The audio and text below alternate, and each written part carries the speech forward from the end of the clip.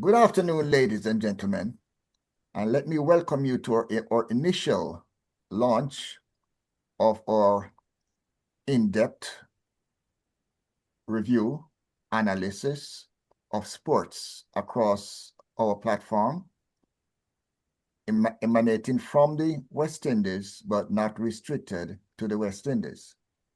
This afternoon, our panel is comprised of 5 individuals, including myself.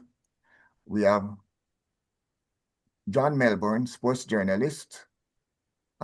We have Vernon Springer, sports and radio journalist. We have Max Bailey, who is renowned for his leadership in the past in serving in various capacity in leading our West Indian community. And of course, we have Dale Brown, secretary to the Cricket Hall of Fame and the data analyst for our community. So let me say, gentlemen, welcome. And I would give each of you now an opportunity to say welcome to our viewers.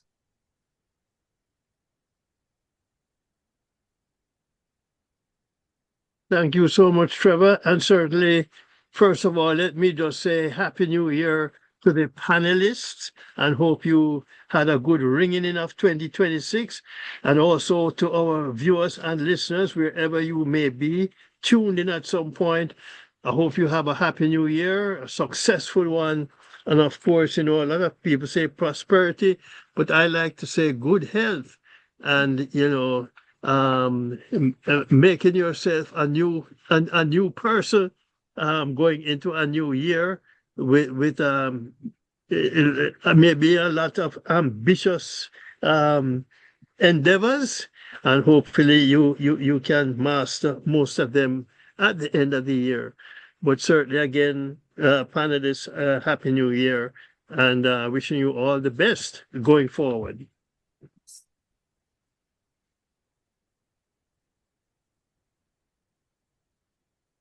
Let me say good evening to everyone, and it is indeed a pleasure to join this esteemed panel in 2026. And it gives me an opportunity to continue to lead the revolution and to be part of a revolution to change the way how we look at sports worldwide. Everything on earth is beautiful. Everything except what we ourselves think and do when we forget the higher purposes of life and our own human dignity. I think we are charged with a responsibility based on our wisdom and our contribution on this earth to continue to be leaders in our own right. And so as we start 2026, we start with a sense of purpose, understanding that in life, you have to be able to make sure that you continue to fight. And while you have the baton, it is for us to be able to make sure that we can leave a legacy. And I feel very honored to be in the presence of these esteemed gentlemen and who are expected to be part of this panel. I commit to be able to make my contribution from Antigua and Barbuda and representing, by extension, the Caribbean on a whole. Because while you guys might be based in the United States of America, I just don't want to limit myself just to Antigua and Barbuda or to St. Kitts and Nevis. I think it is important that I represent the entire Caribbean region, because for the folks who are living in the diaspora, it will sort of give them an in-depth analysis as to what our aims and what our goals are. So again, Happy New Year to everybody. And with all of the troubling issues that are taking place in the world, let's for one moment just reflect and be grateful that we are alive here today, and we give God thanks. Thank you very much, gentlemen.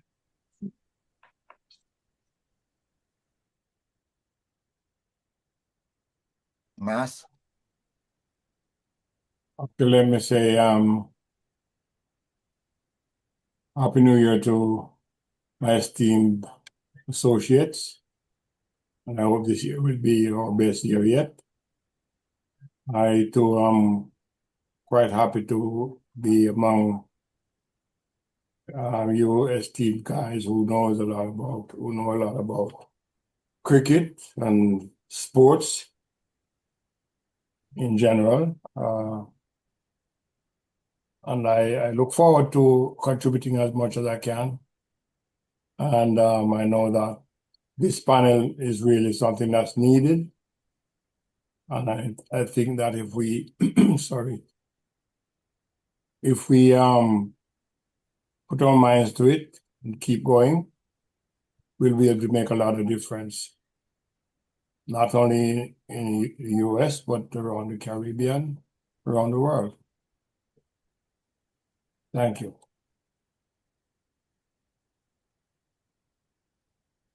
Okay, so good evening, everyone. Thank you for tuning in, and I welcome my fellow panelists, a very elite and distinctive group of gentlemen, each bringing their own skills and competencies to what we are proposing to introduce to the people of the Caribbean and the people worldwide. It's a global initiative, and we are going to be dedicated to cricket and the wider world of sports. We will bring together and share our diverse perspectives because each of us are very well experienced and tend to look at things more from an analytical point of view rather than with emotion and criticism in the negative sense. So we will discuss the games in particular tonight, what happened in the past year, and emerging talent, key moments in West Indies cricket, and how cricket affects the culture of our region in particular. And we know everybody can point to the faults, but what we will do is point to the solutions and let you know from an analytical point of view what must be done in order for us to be on the path to having a solution to the problems rather than pointing them out, because we all know what the problems are. Now is time for solution, and you will not find a better group of gentlemen to discuss this and to enlighten those who will be listening with their knowledge. Thank you. Thank you, gentlemen. And so, to get the ball rolling, I'm going to put this question on the floor. And the question is, what is the status of West Indies cricket? And how do we think that it can change for the better? And I would like to ask maybe Vernon to kick that off, coming out of the Caribbean, since as we know he resides there. Well, just before I make my statement, I just wanted for the folks to just know that about maybe an hour and maybe a half ago, St. Lucia was struck by a heavy earthquake, 5.5. Oh. It was felt just close off there by Martinique. Yesterday, not too far off from Antigua, we had one about 3.5. So the last couple of days in the Caribbean has been pretty active in terms of earthquake. And so since Hurricane Melissa, the Caribbean quietly have been having some small quakes. So this one that we seen in St. Lucia, 5.5 this evening, has been the biggest one. Barring that, I just want to make an attempt to be able to, and just what Dale Brown said, we all know what the issues are in West Indies cricket and in terms of our status, in terms of where we are. And I just feel too many times that we're still operating in a way how we ran the game 100 years ago. And the administrators in the Caribbean have not evolved to deal with the challenges. And I say that from the Cricket West Indies shareholders, Leeward Islands, Windward Islands, Barbados, Guyana, Jamaica, Trinidad and Tobago. They are the shareholders of West Indies cricket. The government, they don't own any grounds. So you're already on the back foot.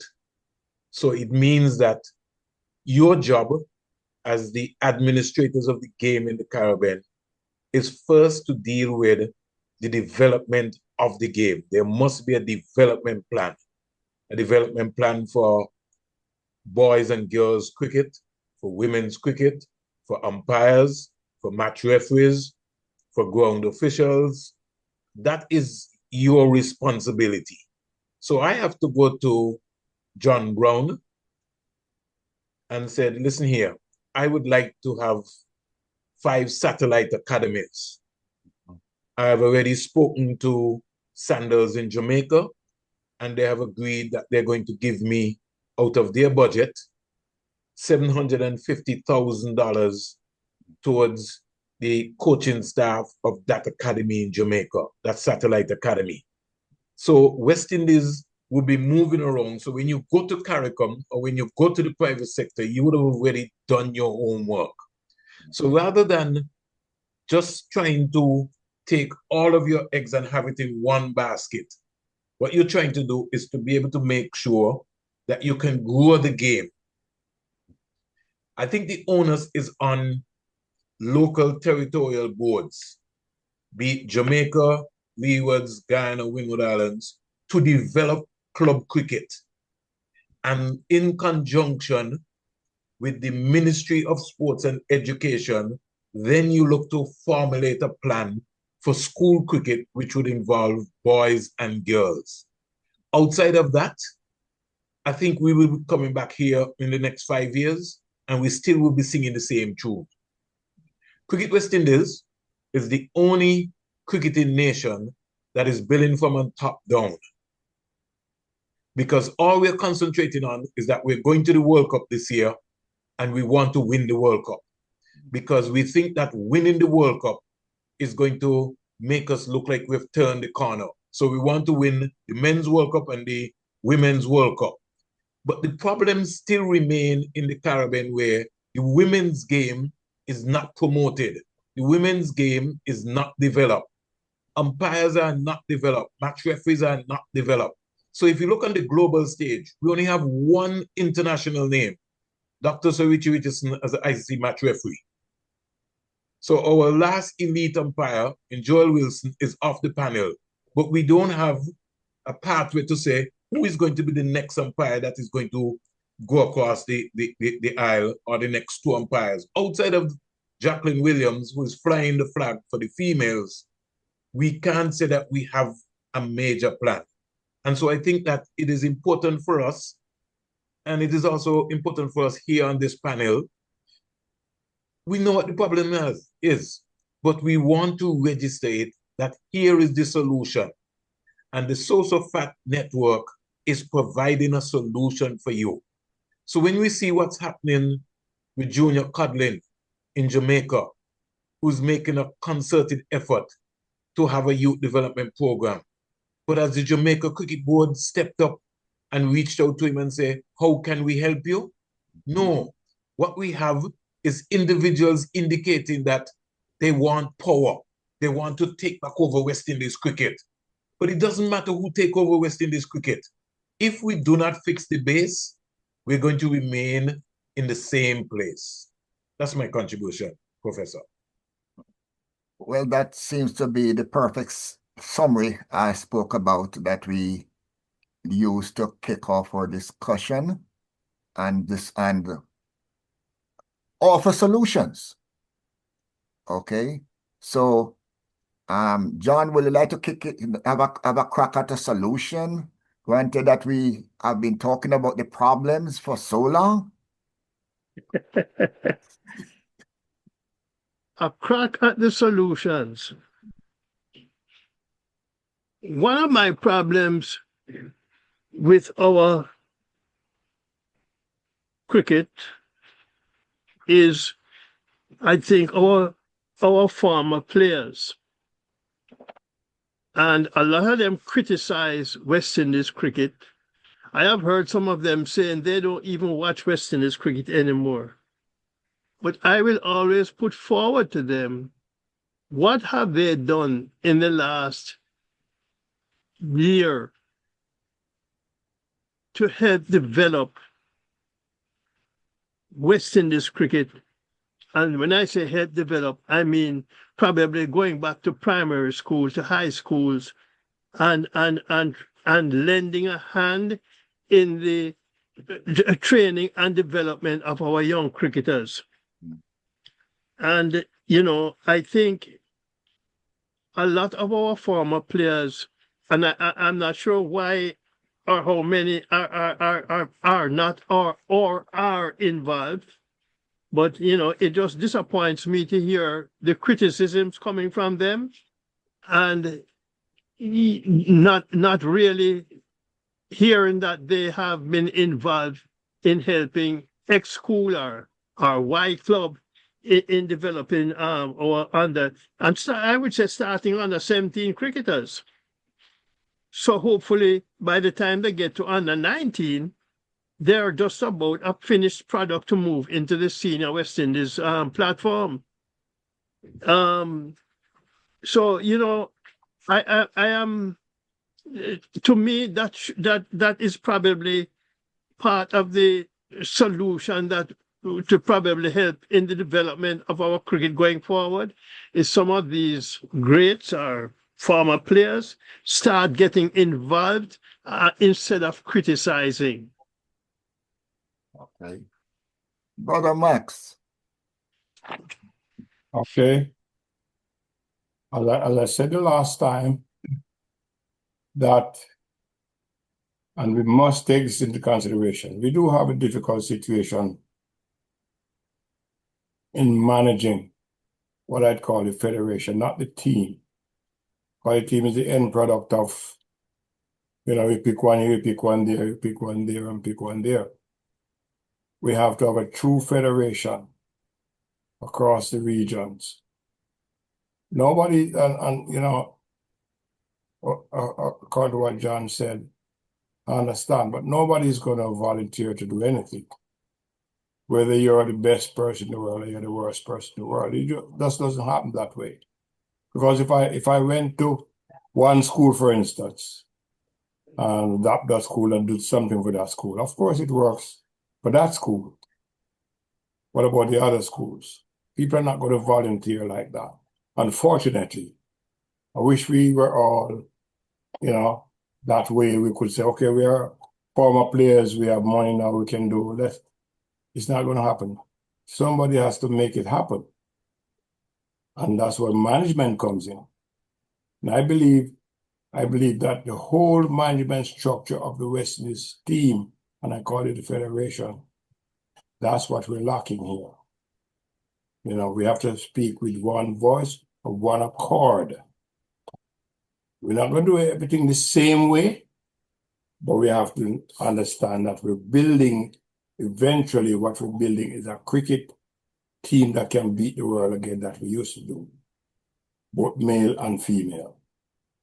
That's what our objectives are. Now, it's not going to happen if we just leave it like that. And that's what I'm advocating. It might be difficult. We have, I think, 15 territories, maybe. Not all of them playing actively, but we're looking at the whole Caribbean or the West Indies, as we might say. But that is where I see the problem to be. You know, like in the old days, it was easy. There was no technology involved and all that kind of stuff. Didn't say it was being easy don't mean that these guys didn't practice, they didn't do, you know, get coaching and all that. But nobody could touch us. Because the other people didn't have to spend any kind of money. No money was being spent with the development, you know, make sure we have the best team in the world. And I think less is being done in the Caribbean. So it has to be we Federation of the Nations, but if this is one good thing that came out of the West Indies, that we do have a federal cricket team, right? This is the only thing else. And it's going to be interesting to see in the Olympics that we're going to be having separate teams from Jamaica, we're not going to have a West Indies team in the Olympics. That's not how it works. The Olympics is a country sport. You know what I mean? So I'm saying that we're still fortunate to have West Indies cricket over all these years playing together. Even when the Federation failed, the cricket, we were still doing it. But we must have a true federation now so we are on one accord. And if we do that, if we can manage that, no team in the world can ever beat us because we're the same people that used to beat everybody, just that we're not keeping up with the technology. We're not keeping up the same standards of coaching and stuff like that. We have to have that happen. That's my take on it, really. Brother Deal, the data that we have, how does it support or does it support our summary of and the suggestions that have been put on the table? Well, I thank you very much, Professor. But what we are seeing right now in world cricket is very West Indies are far behind the 8 ball. And you look at other countries where they have academies and they are bringing up their cricketers, wherein from the primary school level to the high school level to the club levels, before you get to the national level, you have to have a base and a foundation from which to work, and the foundation is with the kids. You're not going to get a 17-year-old or a 20-year-old interested in cricket and they develop into world-class cricketers. You have to bend the branch while it is young, so that way it won't break. It has to be supple like the go of a switch or the go of a tree, so you can bend it. You also need, and someone mentioned before, umpires. We had one female umpire who made it on the world stage. Well, two of them, Miss Williams and Laborde. And we have the umpire who is arguably one of the best ever in the world, have all the West Indian records, and he does not work for Cricket West Indies. They do not use him in any capacity whatsoever. And this is before you get to the former players who seem not too interested, because when I see a former player saying that he doesn't watch West Indies cricket, he's so frustrated. So who does he expect to hold the bag while he goes on his sabbatical from West Indies cricket? Who does he expect to have that load? We played 10 test matches this year and we only won one. And the one draw that we have, we act as if it was a victory simply because it was like a victory. So we still have the interest. We still have whatever it's going to take. Talent is there. But the mental stress and the strain of dealing with the modern cricket world, obviously some kind of training is needed there to strengthen the minds of the players, whatever technique it is that they're going to use. The professionalization completely of the board, so that when they do not perform, they can be fired. It won't be a matter of someone protecting them. If you do not perform, just like any other business entity, you will get fired if your department is not performing. That goes for coaches, going for everything. And finally, I'll just say that I totally agree with everything that the other panelists said, and this is just in addition to what they said. That's my opening salvo.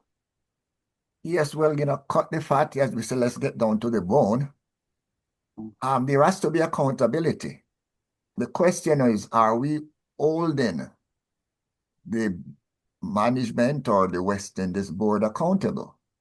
I mean, are we satisfied with the performance of the management so that it can actually be regarded as a part-time job for the president? I mean, those are the questions that we get coming out of our fan base. That when we're looking for overtime, we're hearing about part-time. Okay? And this is something that common sense says that only results can justify that decision. Okay? Lack of results, and you cannot you cannot justify. So how do we talk to the board so that they listen? That is the question. I've raised this question that the media has a responsibility to police our community, from business to politics to sports, whatever is impacting our community. The media has a responsibility to police it and to call truth to facts. And as we say, justice matters when certain things are not being done. Justice matters. So who do we hold and who do we call to the table to tell us their winning formula? And in the absence of them giving us a winning formula, ask them to reformat or to step down. Because this is not a 1 day or 1 month or 1 year thing that we are experiencing. We're talking about going back 10 years. And in that 10 years, we have not been able to show where we are now that we have made improvements. As a matter of fact, it is said that we are in a worse place than we were 10 years ago. So how do we hold them accountable? That's the question on the table. How do we hold them accountable?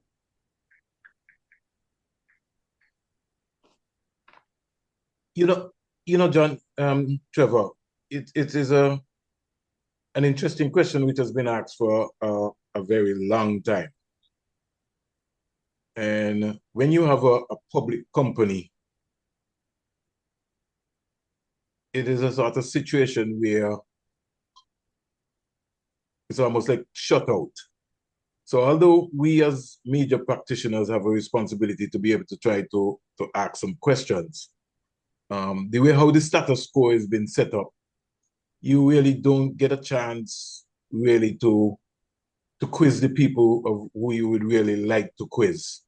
And everything is almost like a PR context. And I say that even down to the West Indies provisional World Cup squad, T20 World Cup squad, we realize everybody else has been, peeping out, and you're seeing their team.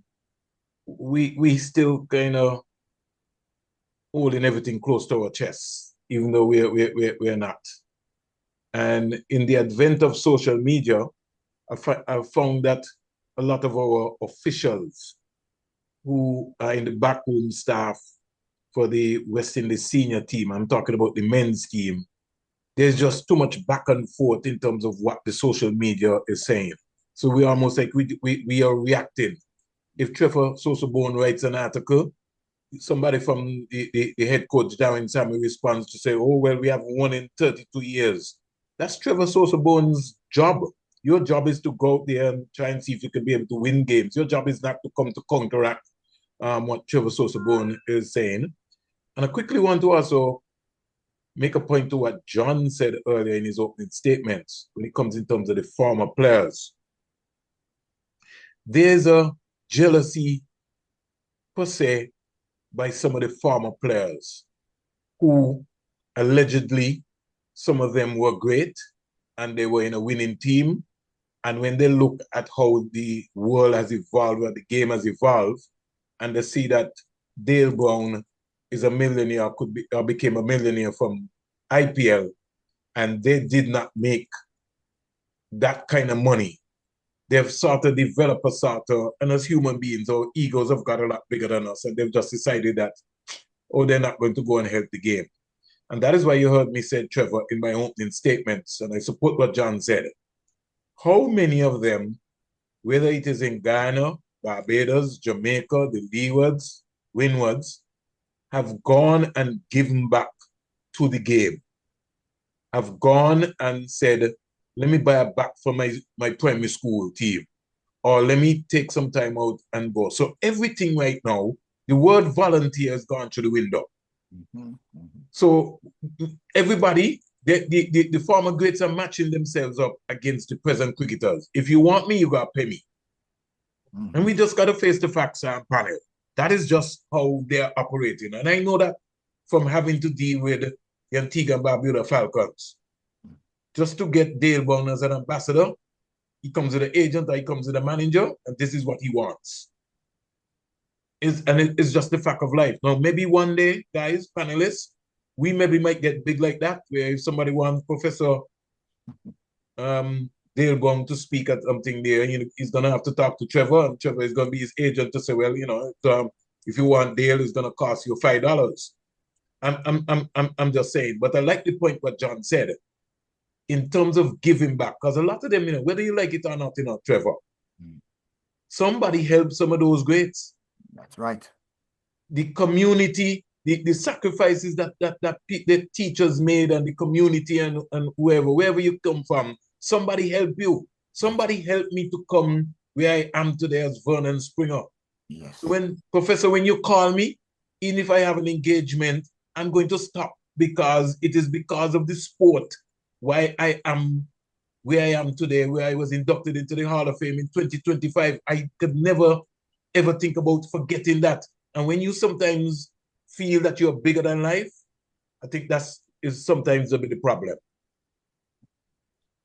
And because, Vernon, I have a very good friend in Jamaica, and his son was an outstanding youth player who unfortunately got hurt and so never developed into the senior category. And I'm talking about Mario Ventura.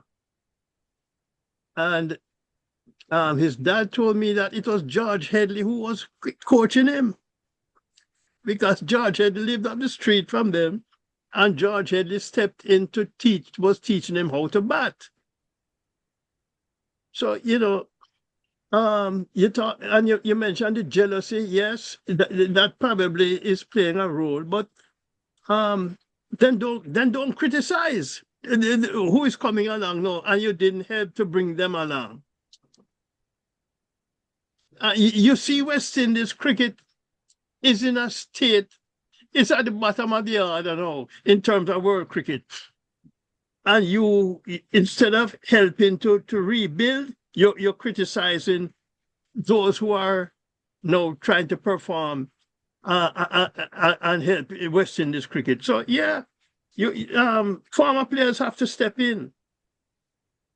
But very quickly, Professor, just to endorse what John was saying, they're not helping all West Indian cricketers, but they're helping folks in Bangladesh, Sri Lanka, or some other aspect of the world, as John was saying, rather than the territory that they've come from or the community.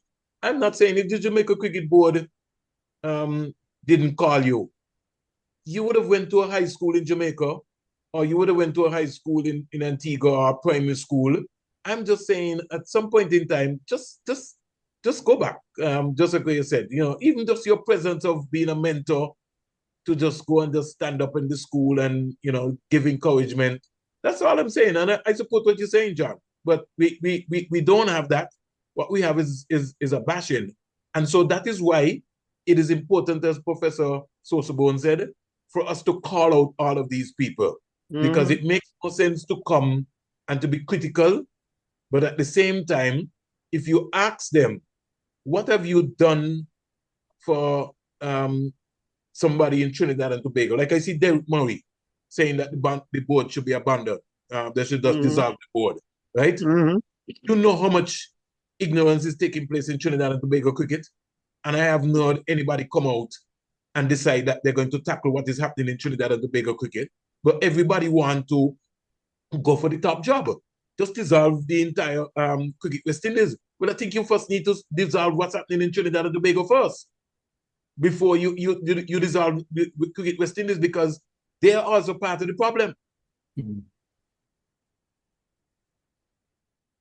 All right, I go back to what I said before. What I insist is the problem. We are at the bottom, and that's a reality. There's a hell of a good reason for it.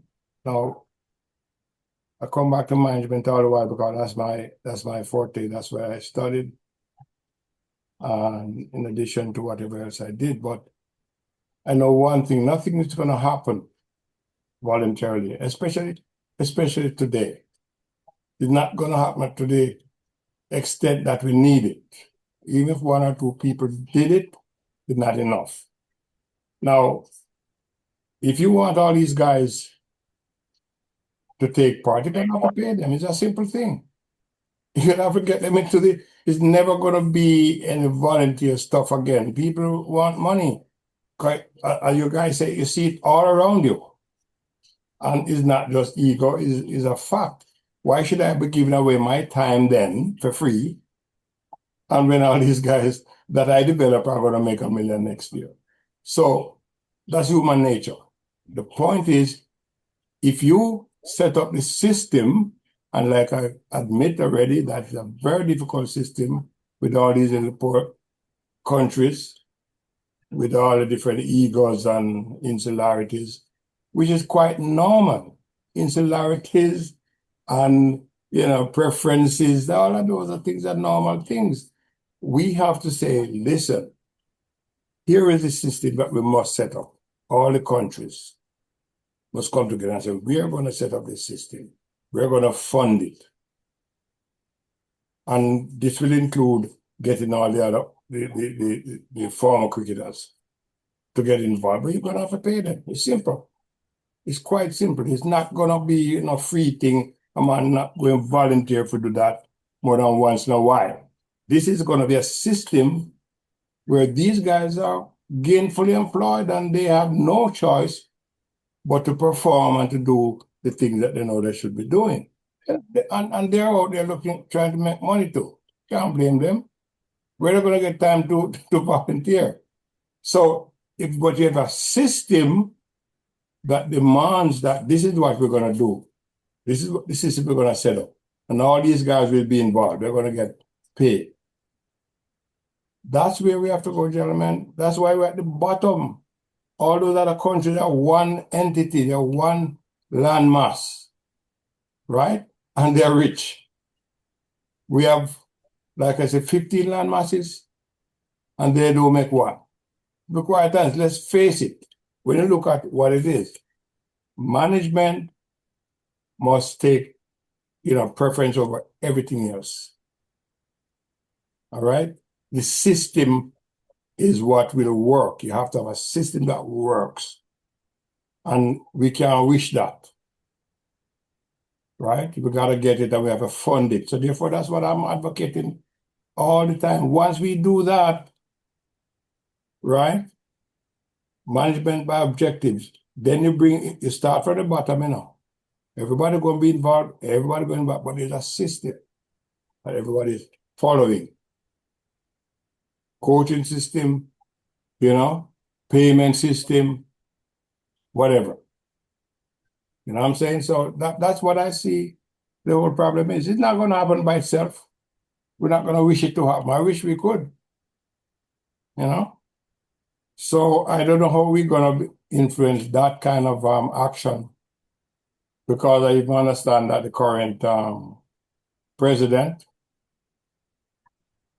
and I'm going to be frank about it, you can be an MP of any class and possibly be a minister in the government, and you're still going to have a job like president of the Cricket Association. I don't think it is. Nobody can convince me to that. You know what I mean? Give up the job. Let somebody else who will work on it full time. You can't have those two jobs, two important jobs. You can't have them. So that's my first thing. We don't take it that serious. It's a serious thing. How is this man going to be maybe a minister in his country's government? Are you going to say he's going to still do justice to the job of the West Indies president? No. No, sir. So we're not taking it as serious as we ought to, and it's going to cost us money. It's going to cost us time, energy. It's going to cost us to change completely what we're doing now. That's what's going to have to happen. As we will have little successes here and there. We know one match out here and it's all West Indies still there. Now we have to keep winning like we used to win before for anybody to even take a look at us. You see, so I come right back my suggestion that we all think about who we can influence to take a look at the whole system. Brother Dale, any comment on that? Before we kick it over to the next chapter in this discussion. Oh, sure. Yes, it's the question I believe is who do we call for accountability? Yes. And how do we hold them accountable? Yes. And it, as Vernon mentioned, it's a very difficult answer for that. But as a youngster, I was very impressed by a gentleman named C.L.R. James. And that gentleman literally, single-handedly took on the West Indies Cricket Board, as it was called at that time. And it is, to me, very significant that amongst us tonight on our panel, we have someone who is similar to C.L.R. James. And I believe that a person like him could use that pen and that voice to consistently hammer and keep knocking on that door until that door is open. And that is Mr. Springer. Mm-hmm. Mm-hmm. I'm not hopefully charging him with anything, but I believe the media in general know they won't do it because there are too many bridges that will become burnt. But a gentleman like him has the capability, the experience, the know-how, the expertise, the relative competence to do it. And it doesn't matter as long as he knows he has support for himself, that he can do it without thinking that, he's going to be left out on an island all by himself. We should not have a president who effectively refuses to resign. It's his decision. It should never be his decision. Right. And it's a flawed system of governance if he's able to say, well, I'm not leaving. That's the action of a dictator, a dictatorship, who refuses to leave when his term is up or whatever the situation might be. And we go back again, is a vexing question, but I use Jamaica, for example, where I'll tell you that the high schools in Jamaica, if it were not for alumni, most of them would not be playing any sport whatsoever. And the people who send remittances to these high schools, it's coming out of their pocket, their checkbook, and yet just for the simple love. And I don't expect the love of the sport and the love of the school. They support the school. And I can tell you, whether it is footballs, they need 100 footballs, 20 cricket bats, pads, gloves, balls, etc. Like, at my school, 70 balls were sent down to them. Nets for practice was sent down to them. So why is it people who have a little bit more means, perhaps, or a little bit of time, it doesn't take much, just reach out and help? Not saying that they don't need the money. Yes, they do. But when we make money, how are we spending it? Are we reinvesting it into that system rather than tell us, oh, we did something last year, but this year we can't do it because we don't have enough money?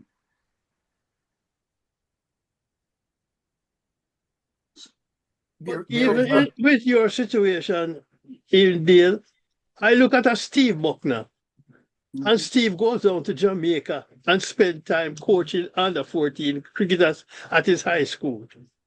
Who is paying Steve? Oh, who is paying him? Absolutely right. Absolutely no no one. Yeah. No one. So he but he jumps volunteers on and a he does it. plane and he goes on to Jamaica to coach youngsters for under 14s. And you have former cricketers residing in the various islands. And you're going to tell me, oh, they have to be paid to go and help a youngster? And excuse me, gentlemen, to that point, because I feel I have to respond to that. No, Mr. Buckner, open floor, brother Dale. Open floor. Mr. Buckner is in Montego Bay and he's coaching boys to play cricket. A ball is hit down to the boundary, and the boy picks up the ball and he tosses it in, okay, almost over the wicketkeeper's gloves with a nice arc. And a couple days later, I get a phone call. Mr. Brown, I think I found you a javelin thrower, sir. Okay? The goalkeeper for the Da Costa Cup team was 13 years old at the time. Mr. Brown, you have a high jumper, sir. This is his name. So he's not only looking at cricket and coaching cricket, he's seeing the whole spectrum. Yeah. And unless somebody like me speaks about it or whomever, no one in the world would know that he's doing it.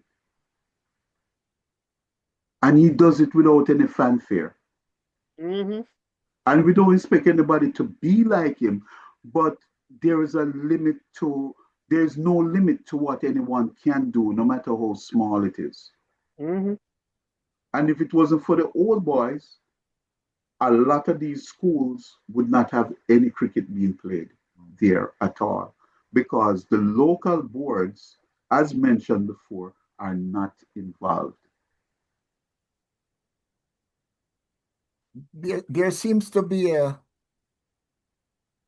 the ignorance in our political spectrum or platform about the image, the reputation of cricket, and how cricket has featured into the branding of the West Indies, so that the tourism that we talk about right now, okay, the tourism that we talk about, had a brand, a dominant brand for the West Indies before track and field, before reggae music, before all the other things that you can talk about. The strongest brand, dominant brand coming out of the West Indies, of the Caribbean, was West Indies cricket. Okay? And we are talking about its influence, on all the countries in the world that were involved in cricket versus the amount of countries that you might say is involved in track and field as a dominant part of a organization. Okay? That West Indies cricket was what united the Caribbean in the failure of federation. So my question is, are the government still anti-collaboration, anti-federation? Are they still thinking about the failure of federation so that we have a sports minister in Jamaica and we do not hear that cricket is on the platform, or we have a Ministry of Education in Jamaica. We don't hear that cricket is on the agenda. Okay? And I'm only using Jamaica because, as my Trini friends used to say, before you point at Barbados and Trinidad, point at your own country. Okay, so I am saying is we talk about developing agriculture and developing tourism, okay, and developing healthcare and education and all the other things. But somewhere along the line, cricket does not seem to be important. So when they're putting a budget together, when you hear them talking about bad girl Melissa coming in and created some trouble, we don't hear anybody talk about what they're going to do to repair the cricket structure, because that does not seem to fit. This is something that we have to address, because if the Prime Minister does not think it's important to come to a cricket match that is driving the economy of the country when it is taking place, if the president does not think he should be in Pakistan or Bangladesh or South Africa when the West Indies team is playing, what messages are they sending? What message are they sending? That doesn't even go what it says perfectly right. Well, let's go to the general public. When you go to these cricket matches, it's like a graveyard you go to. And when cricket was really successful, the stands were full. So it goes back to what I'm saying. Unless we fix the problem and get this framework working again, put the accent on cricket, it's not going on by itself. Like I said before, we are now, especially in Jamaica. I remember growing up in Jamaica, man. I mean, even as a kid, you would go out to go and watch these guys playing cricket so you could learn more from them. When we started playing, every week you had cricket all over the place, from high school, primary school, because it was successful. That's the only thing we had that we could point to, right? Later on, soccer became bigger than cricket because it was in the World Cup and all that kind of stuff. But my point is, if something is not successful, nobody's going to want to go there. It's going to die slowly. That's what I'm saying. If it's not as we are now, if we don't take it in hand right here, we can't forget it. You know what I'm saying? That's all I'm saying. So the fact that this does go to a cricket match and that does, it's because nobody even expects him to. If you at Sabina Park the last time we had a game there, right? I remember I could look at the stand I used to sit at. Nobody's there. Nobody cares because cricket, as far as they're concerned, is not that important anymore. It's not, it's not anything that anybody wants to really spend the time doing. And that is a problem. We have to fix that problem first. And like I said, it's not going to be a voluntary thing. Nobody's going to do anything voluntarily. I mean, when you say nobody, you find one or two men, like we are doing here, we're doing voluntary work. But the bottom line is that it's not many people out there doing that. Many people don't do it, whether they're rich or they're poor. But if you have a system where they're involved, and like I say, you can't get away from the money part of it. You cannot. Not anymore. You see? So, but if you have a system that's working great and we're winning games, we're right there up in the front. Do you think we're going to miss a cricket match again? You won't hear anything more about anything about cricket as we used to hear before. But we have to be successful. People not going, if you're not successful, even as a man or a human being, if you're not successful, people really care. Don't care too tough. You got to be successful at what you're doing. And that is my point. We have to make sure that we can influence somebody to put a system in place that will benefit the whole of the Caribbean so we can bring cricket back to where it was. We won't get there with any kind of, what you call it now, voluntarily. They won't get there. Simple. I put this question to Vernon. Vernon, there's a lot of money in cricket now. So it baffles me when I don't see I suppose administrators trying to develop our cricketers to go out there and make some of that money. But John, it is greater than that. And that is why you hear me saying all the time, John, that the administrators that we have running the game today are still running it like they ran it 70 years ago. And that is the major difference in terms of what you're talking about. And I want to make a point here, John, and to the panel. You see, we're talking about, oh, T20 mash up with cricket, and he do this, and he do Toro, and he do whatever. Let's look at the CPL. Been in the Caribbean for 13 years. Look at the franchises who benefited. And Professor SosoBone made a very important point. The reason why the Jamaica Tallawahs left, because they did not have any governmental support from the government of Jamaica. That is why the Tallawahs pulled out of the CPL. Now, hear me out. Jamaica is our biggest population in the English-speaking Caribbean, 3 million. And the government of the day did not see it important to have a conversation to say, boy, we have to keep Jamaica Tallawahs in the conversation. So why you think that the Indian owners have come in now and said, boy, Jamaica, boy, we want to get a franchise back in Jamaica? Because of the importance of the history and the legacy of Jamaican cricketers or sportsmen and women over the years. That is why everybody is making sure that they get Jamaica back into the World Squad. But I wanted to come to a point that Professor SosoBone had made, and it had to do with our sports tourism product. We only get active, Professor, in the Caribbean when there's an ICC World Cup coming to the Caribbean, where people can benefit. Because it is the same people that ran 2007 World Cup that are still involved in anything that comes to the Caribbean in terms of ICC. So, and remember, the 2007 World Cup never came, because the Caribbean failed. Whether we like it or not, we saw the huge sums of money which was spent in Jamaica on Trelawney, which never came true. You just look around the Caribbean and you see how many white elephants ended up being built, because some people came to the Caribbean and promised us that they were going to bring the entire world to the Caribbean. The world never came.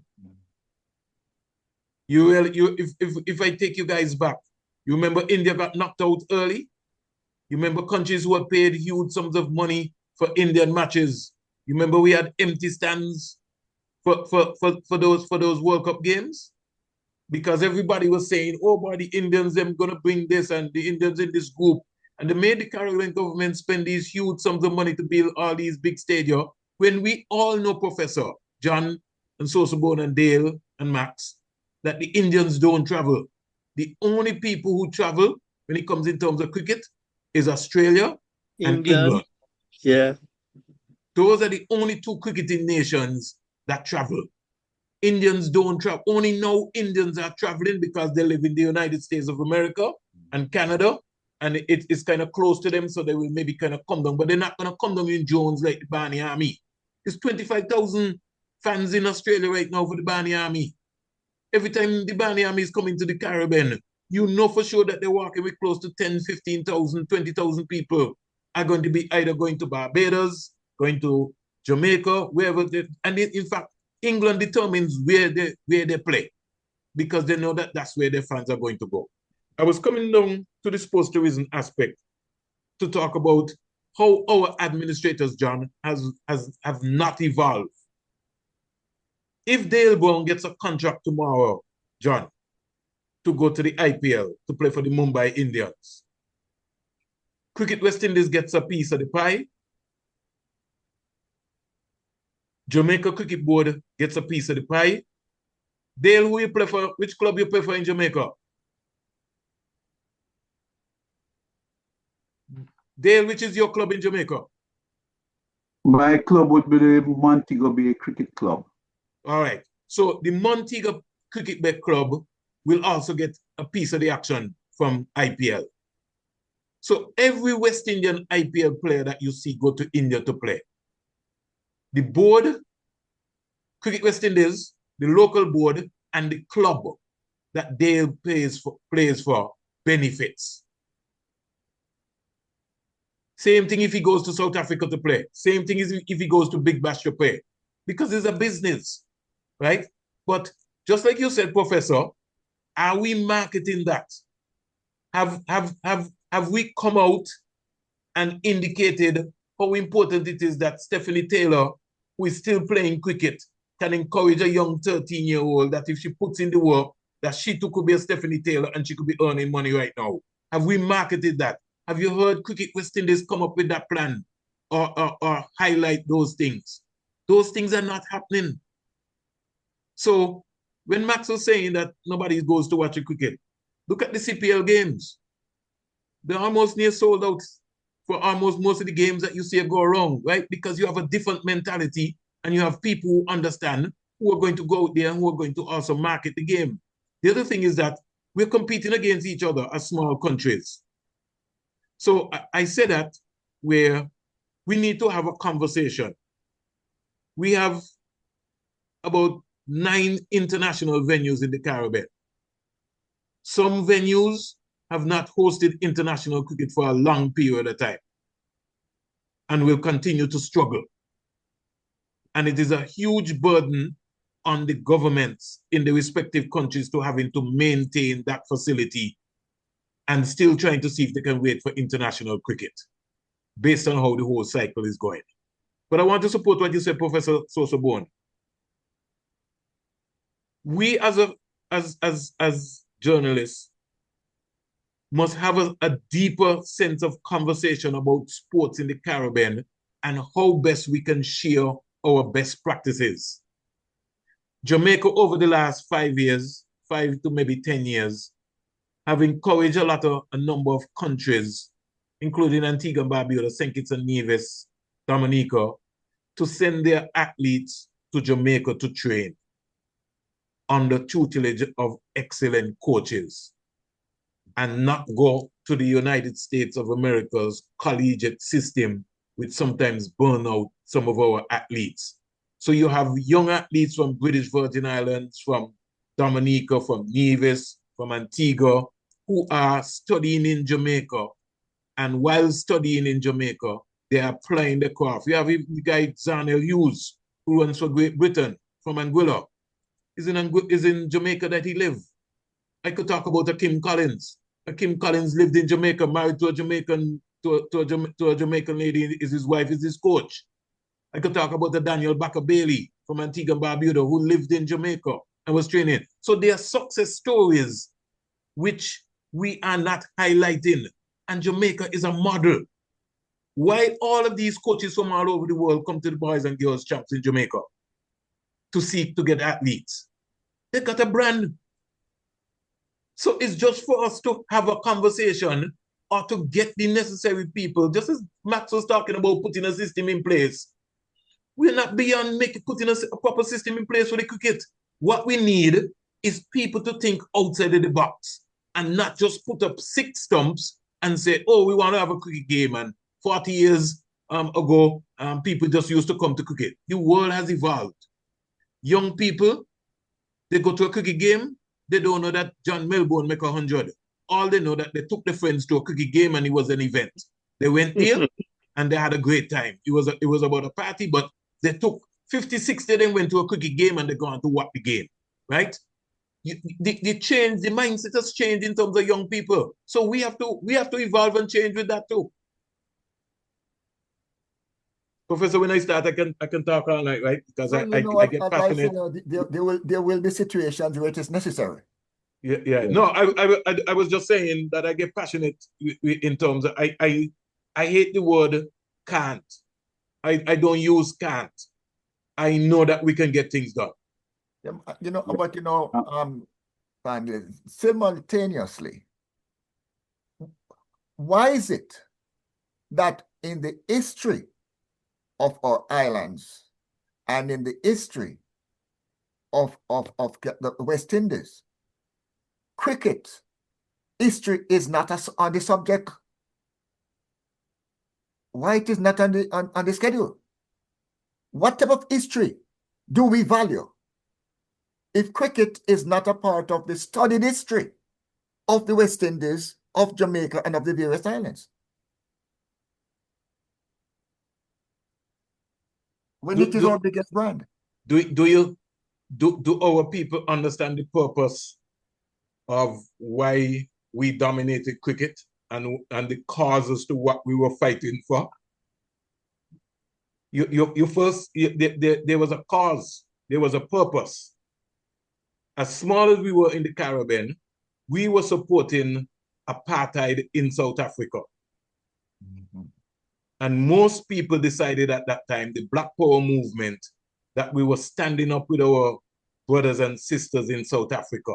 Yes. Right? If we understand our history, what we're talking about here, Professor, is conversations like these, hardline conversations like these, that is not being talked about anymore. Yes. And that is why we almost feel sort of left out. But because we have been there, and because we have seen that, even when I went to England to study at Yorkshire Cricket School, just being able to see a Black person gave you joy. You listen to Usman Khawaja, Professor SosoBone. You heard what he said? Yeah. Let's dig deep. You heard racial discrimination in Australia cricket. Yes. You see who attacked him? Who attacked him? The whites in Australia attacked an Asian Black boy from Pakistan. You heard what he said, Professor? He said he was afraid to tell people that he was from Pakistan, so he told him he was from Saudi Arabia. Oh, God. I want us to understand the history. I want us to understand what we're talking about, how deep and what affects us in terms of happening. That conversation is not taking place in the Caribbean. Professor, I finish on this point on the panel.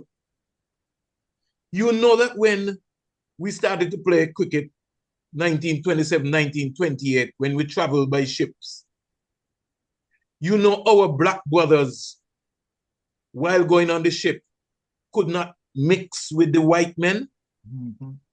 And that the only time that they were able to have a conversation was when they went onto the cricket field. How many people, Professor SosoBone, knows that? So West Indies cricket and the history runs deep. Who ran our cricket? The Jeffrey Stallmeyers, the Peter Sharts and company. It was an elitist group of people. It just so happened that John Melbourne and George Headley and Clyde Walcott and all them guys was just better than the white people at the point in time. That's why they came through.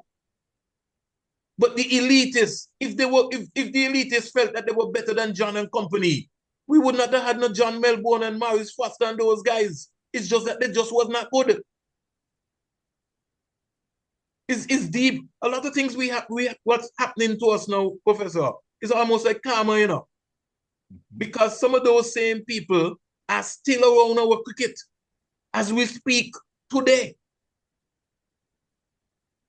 I can say that cricket was united among our Black people in England when the comment was made, we're gonna make them grovel.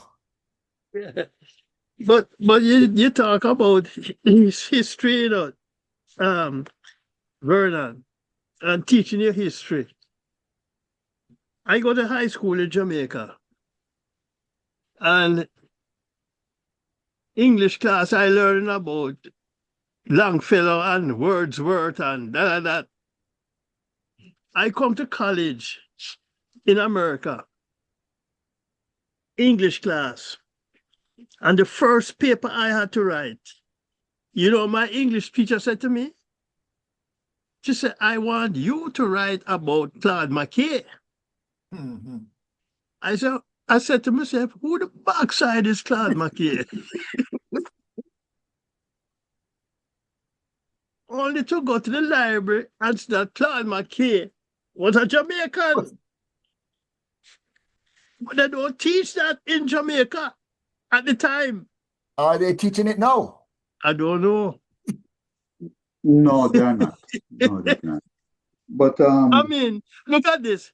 Marcus Garvey's son teaching mathematics in my high school. And who cares? Who is Marcus Garvey? Huh? So the education is lacking, and I think it is what is killing our cricket now. The education and our so-called cricket leaders not looking at the big. I don't know, Vernon, if some of them, they don't want to mash toes. Why they probably know what the right thing to do, but they're afraid to mash toes. And a bit of politics has a lot to do with it as well too, Yeah. John. Yeah. You know, depending on I think, and this is just Vernon Springer looking in, because based on my own research and speaking to my colleagues, I think Jamaica cricket over the years would have suffered from political differences in terms of who was in power. Mm. You know, and it is sad, based on the context, because you've always heard somebody said, but if John Melbourne is who support the government, so yeah, we're going to support him. If he was on the opposition side, then he didn't get that support. And I don't think that in itself is what I think has also affected the game. It depends on which side you support. You get if you support the government, you get support. If you don't support the government, you don't get support. Mm. And I think that is one of the things administratively and politically, which I think is hurting us. You know, when you look around, not only hurting cricket, but I think hurting sports in general. You know what I mean? Because sports is becoming more and more expensive. I mean, John, when you played, you know, there was always money issue, but somebody found a way to be able to make sure that they were going to send away the Jamaica team. Right. As long as we're living in this world, there's always going to be a money issue, you know. It doesn't matter, you know. But you got to find a way. You got to find a way to be able to make sure, boy, we got to get deal. Boy, they got offer for deal to go to South Africa. Yeah? Boy, we have to raise the money. We got to get deal. Deal is a talent. He's going to be the next Michael Holden. So people going to dig deep. They're going to go all out and make sure that we get deal to go. Our administrators today are waiting on Cricket West Indies to give them money. So they're not going to look, they're not trying to get money. They're hoping that Professor SosoBone is going to send them a check. And when Professor SosoBone says, so how you plan to spend me money? What are you talking about? We tell you we want help. No, you didn't ask them that. You asked them how they're going to spend your money. If you're sending $10,000 to the Jamaica Cricket Board, what is it going to be used for? You need to have a breakdown. Mm-hmm. And Budget. some of them, John, they don't want nobody to hold them accountable. They just want you guys in the diaspora to just send the money so they can lavish it up and down. But in the meantime, the sport is suffering. And again, I make the point. Look at Junior Codlin. Junior Codlin is on all over social media network. Anywhere you turn around, you see him, right? And nobody from the JCA up until now has gone across and given Junior Codlin $500 and say, boy, we want to applaud you for what you're doing. This is from the JCA. Here is $500. So the question therefore is, do we have the wrong people in charge? Ah, yeah. Now you're talking my music, Professor. You listen to what the president said, Professor. The president of the Jamaica Cricket Board, when he was asked if he would be thinking about taking over Cricket West Indies. You heard what he said? Go ahead, good. The Tell it to our president or the listeners. former president? Which one? No. The president? The president today was asked by a journalist in Jamaica, based on this in this scenario with Dr. Shallow resigning, if he had any intentions of applying to becoming president. He said no, he's going to leave that for a younger person. Well, my question is, would there be better response from the retired players if you had a former outstanding cricketer heading West Indies cricket on the board? If you had someone who they idolized, look up to, and respected as a dominant player, if they would be more receptive if they get a call from a Sir Viv or a Sir Lloyd, would they be more receptive than the present situation?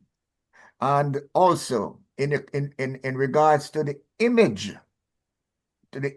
of cricket in the West Indies, whether that image is and the leadership image is respected by the rest of the world.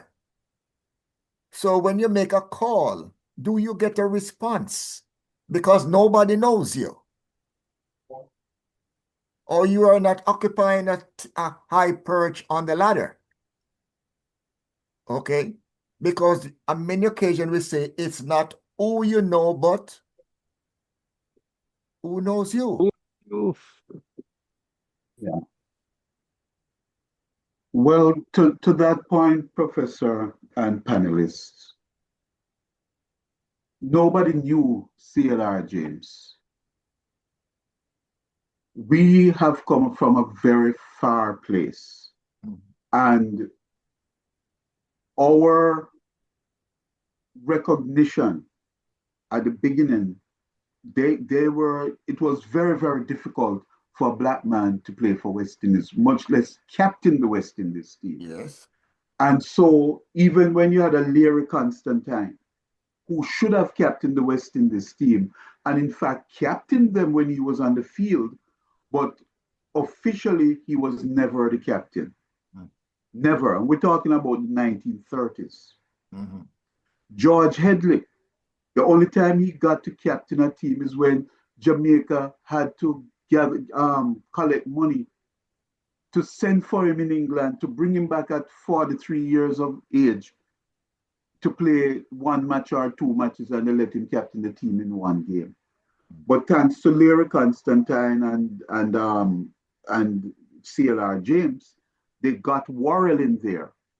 And instead of it peaked after Viv Richards. So from 1960-61 to 91-92, it was there. That pride was there. Yes. After that, it went out the window because the emphasis became money. The emphasis was on money, and they refused to understand the sacrifice and that there are some things in life that are more valuable to us as a people than money. And some people may disagree, that's fine, but that is the point. We see, I think Vernon mentioned about the athletes in Jamaica. Do you think there's any world-class facility in Jamaica for athletes to train? Absolutely not. But they train where they can. You have to have good facilities. We understand that, but you make do with what you have until you can do better.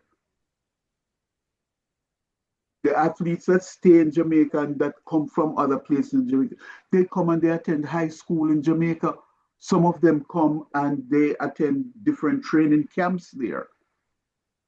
But the key to all of that is the G.C. Foster College of Sports.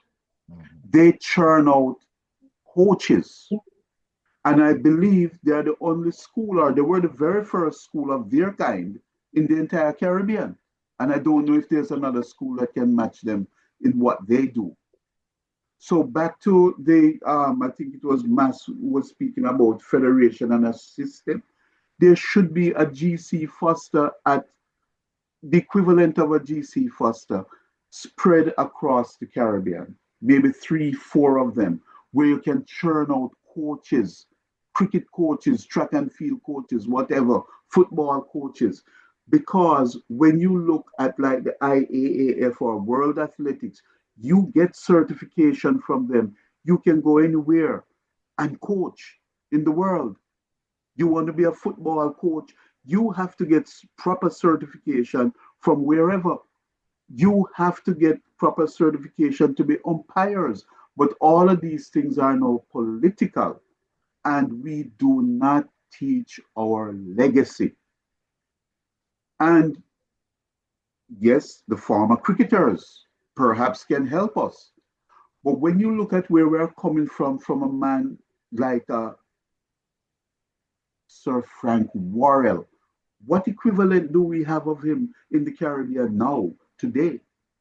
Who we can say this is a very serious, studious, scholarly person where wherever he goes, they have to respect him. You don't see him laughing and glad handing and rubbing people's head and telling all types of jokes, because he was not a court jester.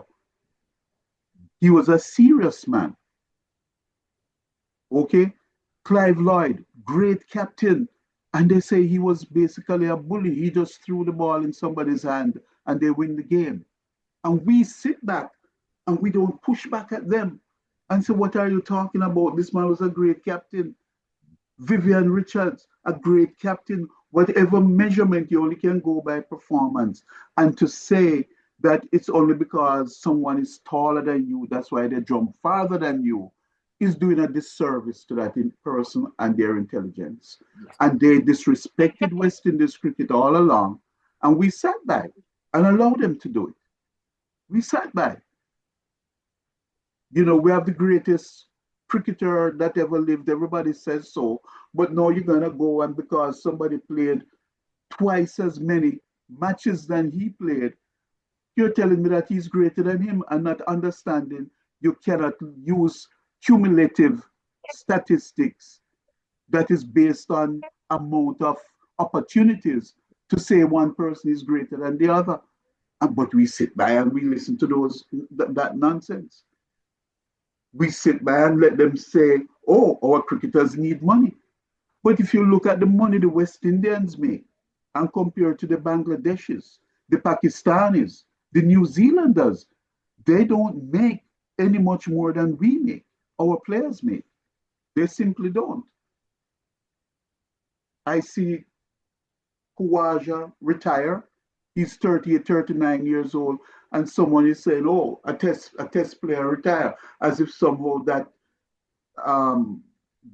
that validates the point that people don't want to play test cricket anymore. But if we as media and journalists just let that slide and say, oh yeah, it's because he doesn't want to play test cricket. He's old and he can't hold on to his place in the Australian team anymore. Mm. It's as simple as that. He's 39 years old. And he played, just going to play the 88 test match. And he played Like he 88 test played only matches. 10 test matches, you know. You know, so the legacy, we need to emphasize it, and communication and education is very, very, very crucial. Frank Worrell wanted the University of West Indies to bring in the cricketers and teach them from that point of view so that they will know what apartheid is. They will know what they fought for to clear the way. The cricketers now today, they have no idea. None at all. Gentlemen, I have to always go back to one thing. Not we live in different times, completely different times. You know, it's a different system, different times. People think differently. It's just like when my grandmother used to say when I go to high school and I go home. I said, where you going? It's 7 o'clock, go to your bed. You see what I mean? You can't tell no kid now to go to their bed at 12 o'clock, let alone 7 o'clock. It's a different time, a different era. Cricket, and I stick with cricket more because we're really trying to see if we can get West Indies cricket back to some semblance of a competitive team, even if we're not the greatest champions on earth. Now I'm thinking all that we said before and all that we're saying, we know that is right. A different story. We know all that the great things that these guys did with no compensation, right? But it's not going to be like that anymore. We have to say, okay, this is it's like a system. So I say, we go back system. We don't have that kind of, sentimentality that we used to have in those days, back in the day. If you're looking at a country, it's not happening either. It's a business you go about, it's a serious business. Cricket is then a serious business. You want to win, the more you win, the more test matches you get in the territory. We are down to 3 now, or 2. Why is that? Because we're not winning anything. So it's a system. I'm looking at it, and we have to understand that we're not in those days anymore. We have to put that in the past and say, listen, that's what we would love to see. You see what I'm saying? We'd love to see that kind of thing happening still and maybe start happening again. But for now, we are at the bottom. My question is, how do we get them from the bottom? Right? That's my question. It's going to be a hard thing to even figure out, but that's where we have to start. Everything has to fall into place after that. Get a system going that everybody has to buy into. Everybody has to buy into. If it's cricket, if we say we're wasting this team, then we are wasting this team. You know what I'm saying? We have to understand. It's not and I say it's not easy because we have all these territories and everybody, but we have to come to a system where everybody is on the same page. And I see that as our central problem. Why are we at the bottom? Because we expect the same thing that you obtain now. It's a different paradigm, completely different paradigm. That's why we have to think that way, right? All of us come from the old school and we knew what obtained then, and now we loved it. Give us a warm feeling, and it's not like that anymore, gentlemen. I think we here in this panel, I'm sure we can go home and think of ways that we can get everybody to think in that direction, where we have a system that encompasses the whole Caribbean. Everybody can buy into. Not going to be a perfect system either, but that's where we have to start. You know what I'm saying? I'm harking back to that all the time. And I know we know better. We have been through the best days, but now we're at the bottom, and that's something that I cannot understand. And I know it's because we're not doing it right. That is the only reason why we're there.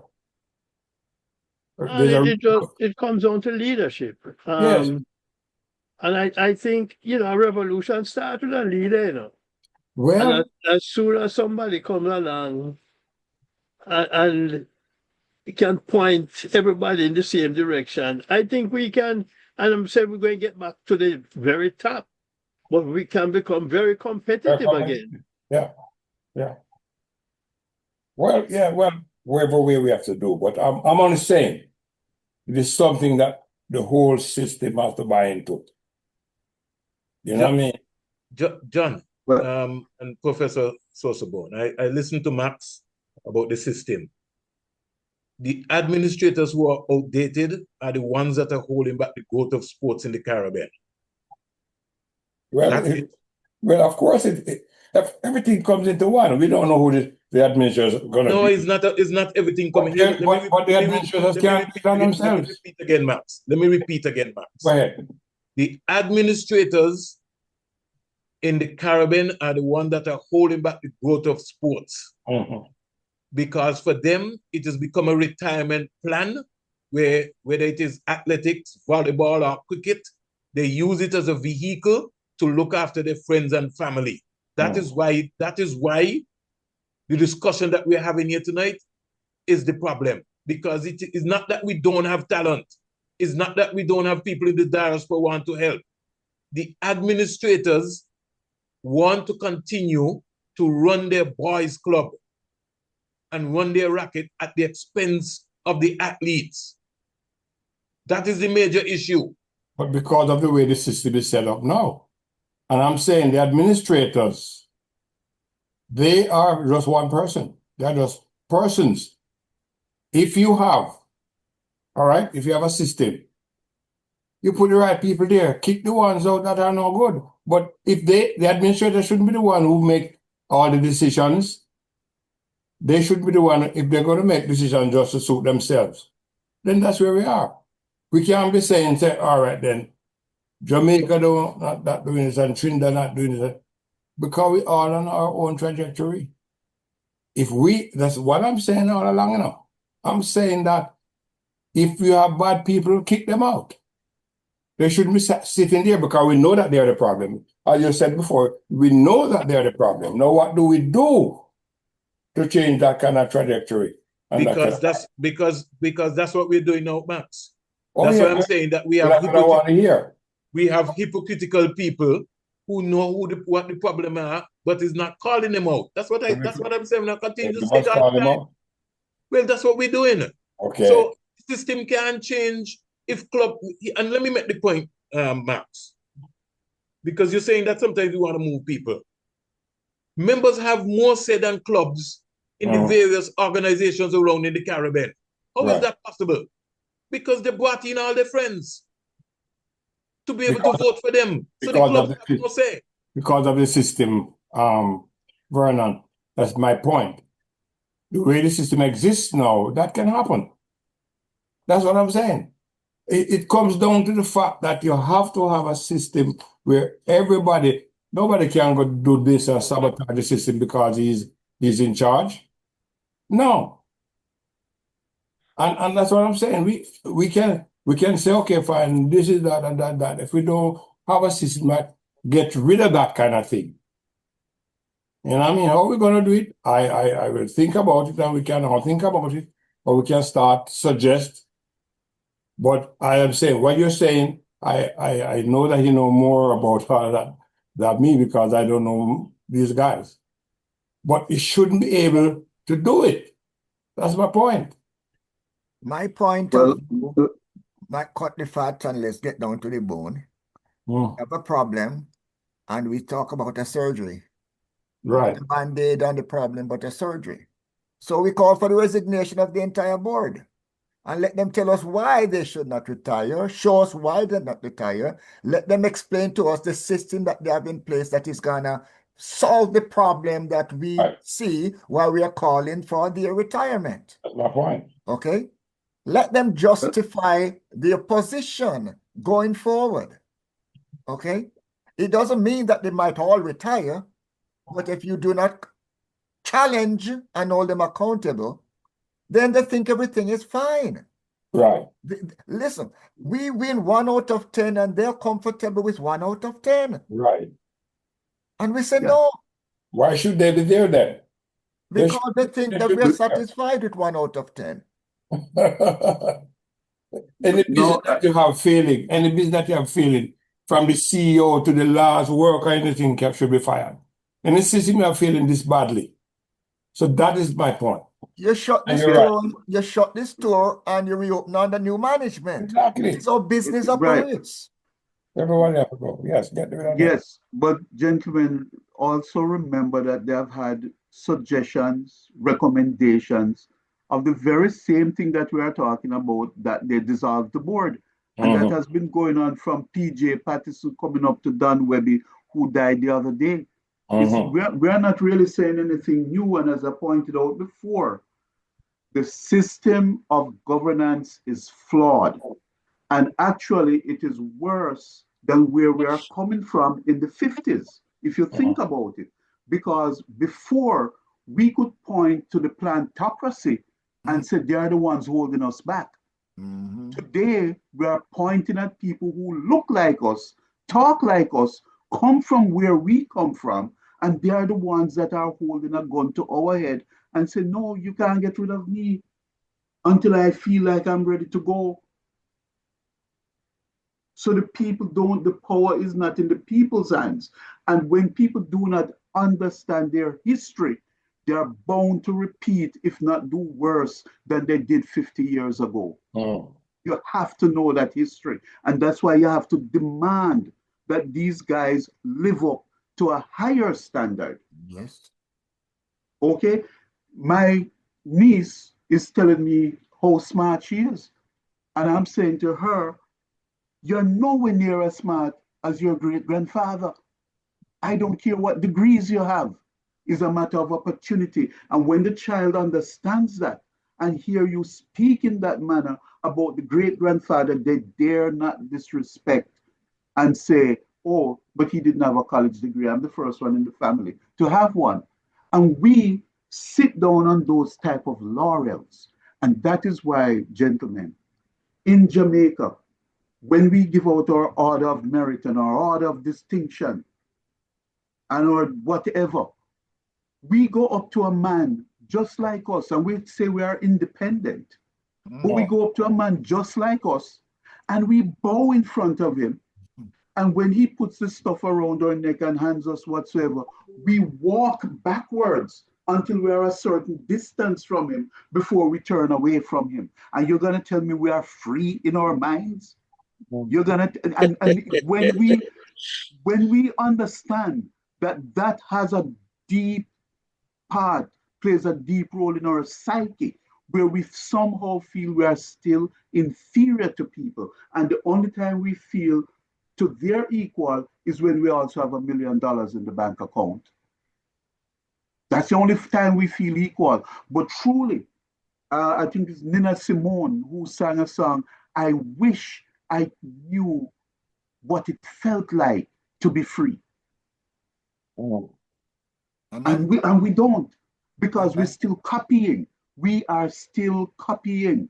When our fast bowlers rule in the world, oh, they're bowling too fast, they're bowling too short, too many bouncers, we got to cut it down, etc., etc. Oh, the captain just throws the ball to the fast bowler and he wins the game. And we buy into it because you will hear educated Caribbean people tell you that Clyde Lloyd was not a great captain. And believe it or not, it has something to do with the system we have there now. When our president of the Jamaica Cricket Association can tell us that anybody else in the world would not be capable of being a minister of government in his country and run West Indies cricket. Nobody can do it. You're absolutely right. But there's one man who is an exception to that rule, and that man is Dr. Shallow. And I must sit there and believe that this man is really talking, what is he talking? What has he been doing? And so when you have people like that running and governing your cricket, what do you expect from him? If that is his logic, that there's no conflict of interest. If it was anybody else in the world, there would be a conflict of interest. But because it's Dr. Shallow, there can't be a conflict of interest. And we have to educate our youth so that they are proud of who they are. And whether, we can't say we're going back to the days of Steve Biko and Mandela and Winnie Mandela and stuff, but they are our inspiration. And why is it difficult for us to find them as our inspiration? Don't we find Abraham as our inspiration? Don't we find Moses as our inspiration? Don't we find Joseph as our inspiration? Don't we find Isaiah as our inspiration? So why can't I use Frank Worrell as my inspiration?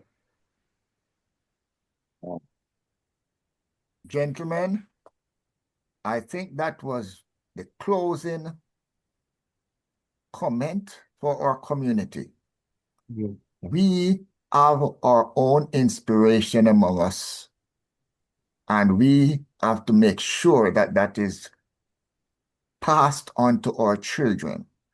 So we have to demand of every one of our territories that Caribbean history that Caribbean history be taught to our children. Okay? And while it might have started with a bogle or a nanny coming down the line, but as we get closer to ourselves, we have not broken. The chain has not broken. Okay? We have been creating, and the fact that our children does not have access to the chain is a problem for all of us.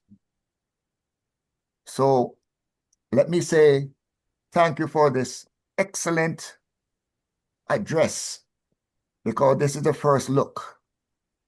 The feedback we are going to get from this discussion will tell us how our community and what they expect of us. But as I said in the very beginning, our media has a very important role in educating our community, in educating our leadership or our managers, because God knows they would like to do a better job, but they don't know what to do, and they're not smart enough. They're not smart enough to ask for help. Thank you so much for spending this time with us. Again, Max Bailey, Vernon Springer, John Melbourne, Gail Brown. Thank you so much for spending the time with our community. Thank you so much. Thank you. Thank you. Thanks, everyone. Mass and Vernon and John, Professor. Yeah, man. Nice to see you guys. Nice discussion. Okay. And we can Yes. keep one thing in mind. If a company is failing, you gotta do some firing. Yes, sir. You can't be sitting there at the bottom and think we're gonna improve it with the same people. It's not gonna happen. All right, so thank you guys and have a great new year. May Yes, sir. this be our best year yet. Yes. In everything we do. And I leave you with this one, Professor SosoBone. The public as a mass does not think, will not defend what it believes, and will not analyze the propaganda which is constantly in circulation against any public man who refuses to play along with the gang. That to me is what is happening with West Indies cricket. Okay. So we need to be able to make sure we continue the revolution to make a difference. We on this panel might not live to see the change, but our legacy indeed is the one that is supposed to live on, where while we are here, rather than we complaining, we champion the cause to change the system. Thank you, sir. And I feel very honored to be given that honor to lead and to be part of this esteemed panel, like I said, to be able to look to make a difference. And I don't need a title. All we just need is a movement. And Yes, sir. I'm glad to be part of this movement. Thank you, sir. Thank you, gentlemen. Good night, everybody. Yeah.